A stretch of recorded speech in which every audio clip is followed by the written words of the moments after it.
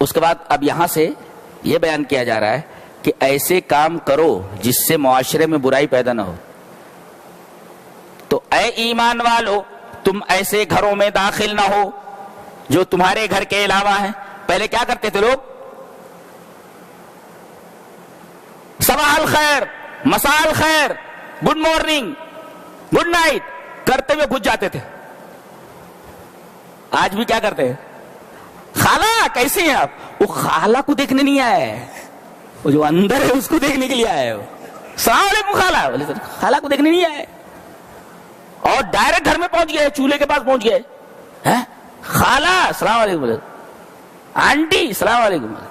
یا ایھا الذین آمنوا لا تدخلوا بیوتا غیر بیوتکم حتی تستأنسوا وتسلموا علی اہلہا. پہلے سلام کرو، سلام کرنے کے بعد اگر جواب آئے تو داخل ہو، ورنہ واپس چلے جاؤ. نبی کریم صلی اللہ علیہ وسلم ایک صحابی کے یہاں گئے، کہا السلام علیکم، جواب نہیں آیا، جبکہ اندر موجود تھے وہ.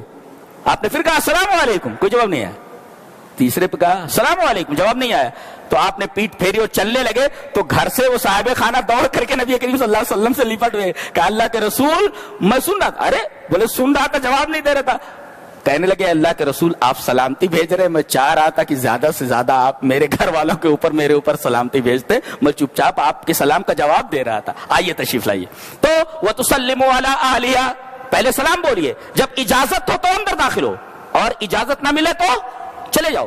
اور گھر کے سامنے ایسی جگہ پر نہ کھڑے ہو کہ اندر کا کوئی منظر دکھائی دے. جی آدمی کھڑکی کے پاس کھڑا ہو جاتا ہے، چلو آنٹی آؤں، ارے تو کھڑکی میں سے دیکھ ہی رہے، آ تو گیا ہے، اب کیا آئے گا؟ بولتے اب کیا آئے گا؟ تو وہ تسلموا علی اہلہا. اس کے بعد فإن لم تجدوا فيها أحدا فلا تدخلوها، کوئی نہ ہو اجازت نہ دے تو داخل مت ہو حتی یوزن لکم، جب تک اجازت نہ دے دی جائے. جی ہاں ایسے گھروں میں جا سکتے ہو جس میں کوئی رہتا نہ ہو، جیسے دکانیں ہیں کوئی نہیں رہتا وہاں، یا کوئی ایسی بلڈنگ بن رہی ہے جہاں پہ کوئی رہنے کے لیے نہیں گیا، وہاں بغیر اجازت جا سکتا ہے، وہاں اجازت لینے کی ضرورت نہیں. اس کے بعد کہا جا رہا ہے مومنوں کو چاہیے کہ وہ اپنی نگاہیں نیچے رکھیں، یہ مومنوں کو حکم ہے. پھر لڑکیوں سے کہا جا رہا ہے، عورتوں سے قل للمؤمنات یغضضن من ابصارهن، وہ بھی اپنی نگاہیں نیچے رکھیں. دونوں کو الگ الگ اسپیشل حکم دیا گیا کہ دونوں کے اوپر یہ حکم لاگو ہوتا ہے کہ دونوں اپنی نگاہیں نیچے رکھیں. تو کیسے؟ نیچے دیکھتے ہوئے چلنا، وہ کسی نے کہا نہیں ہے نیچے دیکھ کے چلو تو جان کا خطرہ. ہم نیچے دیکھ رہے ہو نا، کوئی گاڑی والا ٹھونک دے تو نیچے دیکھ کے چلو تو جان کا خطرہ، اور اوپر دیکھ کے چلو تو ایمان کا خطرہ. تو اب کیا کرے آدمی؟ تو کہا نیچے دیکھ کر چلنے کا یہ مطلب نہیں ہے کہ نیچے نیچے دیکھ کر چلو، بلکہ ایسے سے دیکھتے چلو. ہاں کسی عورت کے اوپر نگاہ پڑ جائے تو دوبارہ اس کے اوپر نظر نہ ڈالو، یہ مطلب ہے اس کا. لا تتبع النظرۃ النظرۃ، حضرت علی سے کہہ رہے نبی کریم صلی اللہ علیہ وسلم اپنے داماد سے، ایک نظر کے بعد دوسری نظر مت ڈالو. فإن لک الأولى وليست لک الآخرة، اس لیے کہ پہلی نظر تمہاری ہے، دوسری نظر تمہاری نہیں ہے. اب یہاں کیا کرتے؟ پہلی نظر کو اتنی لمبی کر دیتے ہیں کہ پورا سٹی سکین کر لیتے ہیں، اتنی لمبی کر لیتے ہیں کہ دوسری کی ضرورت ہی نہیں پڑتی ہے. یہ حال ہے ہمارے نوجوانوں کا. حضرت فضل ابن عباس، آپ کے چچا محترم حضرت عباس ان کے بیٹے ہیں، یعنی چچے زاد بھائی ہیں.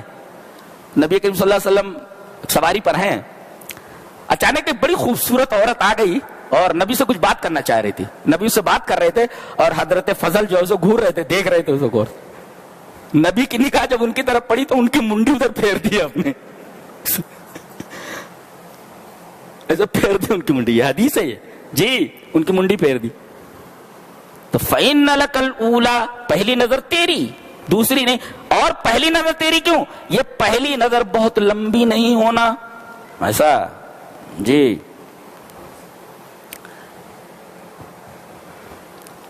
عورتیں اپنی زینت کو نہ ظاہر کریں. 12 لوگوں کو اپنی زینت بتا سکتی ہیں، ظاہر کر سکتی ہیں. 12 لوگوں کا تذکرہ ہے، دیکھ لیں آپ اس میں کتنے لوگ ہیں سب. زینت کسے کہتے ہیں؟ زینت کہتے ہیں مقامی زینت، یعنی زینت کوئی چیز نہیں ہے نا. زینت جہاں عورتیں کرتی ہیں وہ نہیں ظاہر کرنی چاہیے ان کو. زینت کی جگہ کون کون سی ہیں؟ یہ ہاتھ مہندی لگاتی ہے، اس سے یہ گال ہیں، اس میں جو ہے پاؤڈر وغیرہ ہے، کچھ زینت کی چیزیں ہیں، ناک ہے، اس میں کچھ زیورات پہنتی ہے، کان ہے، یہ سینہ ہے، ہار ہے، یہ ہار پہنتی ہے. تو یہ ساری چیزیں زینت کی جگہیں ہیں. ہاتھ، قدم میں بھی مہندی لگاتی. تو قدم، جہاں بھی عورتیں زینت کرتی ہیں، میک اپ کرتی ہیں، وہ ساری جگہیں زینت کی ہیں، انہیں اجنبی کے اوپر ظاہر نہیں کر سکتے. ایک اصول یہاں دیکھیں، شوہر کے اوپر اپنی بیوی کا کوئی پارٹ بھی پردے والا نہیں ہے. وہ اس کے کسی بھی عضو کو، کسی بھی پارٹ کو دے سکتا ہے بدن کی، اسے اجازت ہے. عورت کے بدن کا کوئی حصہ اس کے شوہر کے لیے پردہ نہیں ہے. اس کا الٹا، عورت کے بدن کا ہر پارٹ اجنبی کے لیے پردہ ہے. دیکھیے، شوہر کے لیے پردہ نہیں، اجنبی کے لیے پورا بدن، پورا وجود پردہ ہے.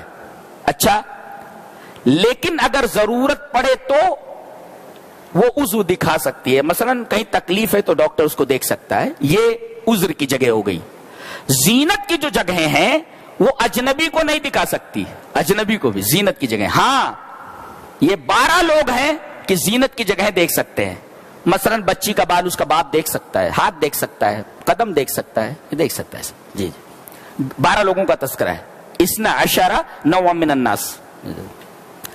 اس کے بعد کہا گیا، اچھا اس میں بعض لوگوں نے کہا کہ جو مشرکہ عورتیں ہیں یہ مسلمہ عورتوں سے پردہ کریں.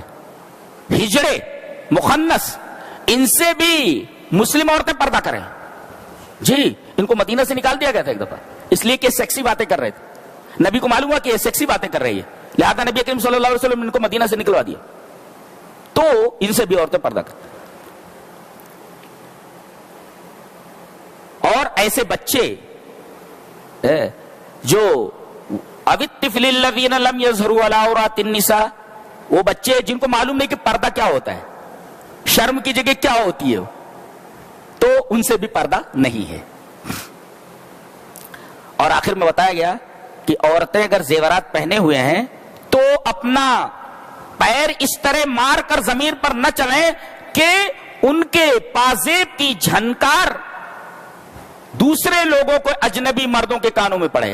اللہ تبارک و تعالی نے عفت عورتوں کی اتنی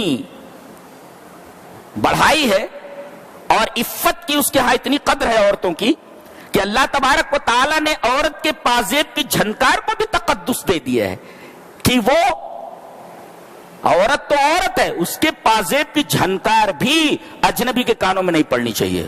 یہ مقام عفت ہے اسلام کے اندر، عفت کا تصور ہے اسلام میں.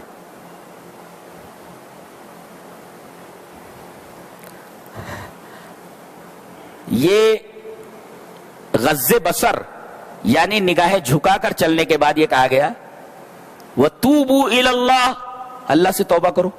یہ کیوں لایا گیا؟ اس لیے کہ بہت احتیاط کے بعد بھی کبھی کبھی آدمی سے ہو نہیں جاتا، کر لے، ہو جاتا ہے تو معاف ہے، توبہ کی ضرورت نہیں ہے، لیکن کبھی کبھی کر لیتا ہے تو وہ توبوا الی اللہ، توبہ کا دروازہ کھلا ہوا ہے، جلدی سے توبہ کر لے. وہ جو اسکین کر رہا تھا سٹی اسکین، اب توبہ کر لے جلدی سے. اس لیے غض بصر کے بعد توبوا الی اللہ لایا گیا. اور اس کے بعد کہا گیا جتنے بھی بغیر شادی شدہ ہے جلدی سے ان کی شادیاں کرا دو. ہو گئی شادی؟ نہیں. کہاں ہے ان کے ابا؟ کہاں ہے؟ وہ اچھی سی لڑکی ڈھونڈو اس کے لیے. جتنے بھی نوجوان ہیں سب ملے مجھ سے جن کی شادیاں نہیں ہوئی ہیں. جی، ان کے جتنے آبا ہیں میں بلاتا ہوں ان کو، اچھی اچھی لڑکیاں دیکھ کر کے شادی کر دو ان کی فٹافٹ. جی، وَأَنكِحُوا الْأَيَامَ مِنكُمْ، جن کی شادیاں نہیں ہوئی ہیں ان کی شادیاں کرا دو، اور جن کی شادیاں ہوئی تھیں مگر کسی وجہ سے ٹوٹ گئی ہیں ان کی بھی شادیاں کرا دو جلدی سے، لڑکی کی بھی لڑکے کی بھی. جی، کہتے پیسہ نہیں ہے، بولے إِن يَكُونُوا فُقَرَاءَ يُغْنِهِمُ اللَّهُ مِنْ فَضْلِهِ، شادی کر لو پیسے خود بخود آ جاتے ہیں. جی جی، اللہ کہہ رہا غنی بنا دیں گے ہم. شادی اللہ تبارک و تعالی نے قرین اللہ الغنا بالزواج، اللہ تعالیٰ نے شادی کے ساتھ مالداری کو جوڑ دیا ہے. کوئی سگھر لڑکی آ گئی اچھی سی گھر چلانے والی، تو آپ پیسہ نہیں بچا پا رہے، پیسے بچنے لگے، بس اچھی لڑکی دیکھ کر کے لائیں.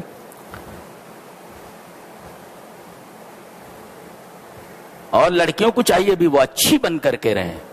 ہاں اسی میں برکت ہے. اور اس کے بعد آیت نور ہے. یہ آیت نور کیوں لائی گئی؟ آیت نور غض بصر کے بعد ہے. کہا من غض البصر یلبس اللہ نورا یلبس القلب نورا، جو آدمی اپنی نگاہ کو پست کرے گا اللہ اس کے دل کو نور پہنا دے گا.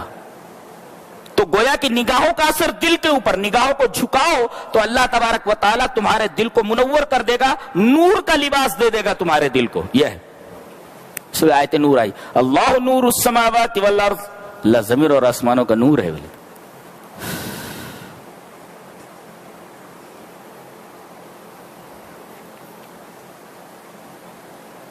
بولے 3 اوقات ایسے ہیں کہ نابالغ بچوں کو بھی اس وقت کمرے میں نہ آنے دیا جائے.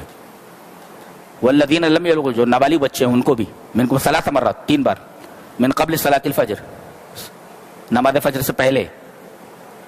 دوسرے وحین تضعون ثیابکم من الظہیرہ، ظہر کے وقت جب قیلولہ کرتے ہیں آپ لوگ، ومن بعد صلاۃ العشاء، صلاۃ عشاء، 3 عورات لکم.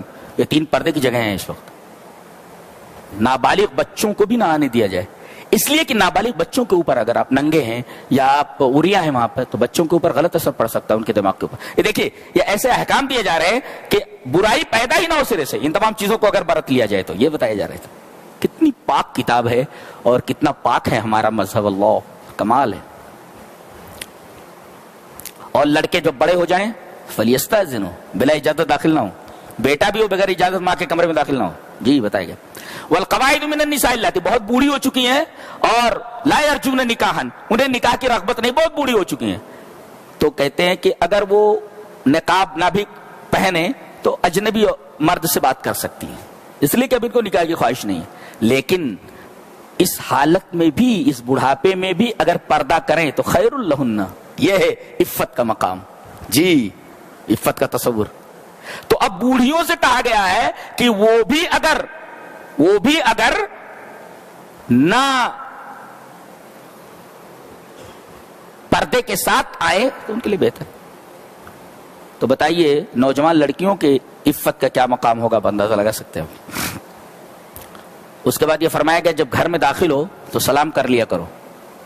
سلام کرنے کا ایک فائدہ یہ بتایا گیا، کیا بولیں گے آپ؟ السلام علیکم. آدمی جو بیوی سے سلام کرتے ہوئے ہچکتا ہے، بیوی اگر السلام علیکم بولے تو کر لینا چاہیے، کرنا چاہیے. کہتے ہیں فَإِذَا دَخَلْتُمْ بُيُوتًا فَسَلِّمُوا عَلَىٰ أَنفُسِكُمْ تَحِيَّةً مِّنْ عِندِ اللَّهِ مُبَارَكَةً طَيِّبَةً. جب اپنے گھر میں داخل ہو تو سلام کر لیا کرو، اس لیے کہ سارے مسلمان اپنے ہی ہیں نا. تو تمہاری بیوی تمہاری اپنی ہے، تمہارے بچے تمہارے اپنے ہیں، تو سلام کر لیا کرو. اور یہ تحیۃ من عند اللہ. ایک مفسر نے اس پر بڑا اچھا تبصرہ کیا ہے. وہ کہتا ہے کہ کل التحایا ارضیۃ ولکن تحیتنا من عند اللہ وہی من السماء السلام علیکم ورحمۃ اللہ وبرکاتہ.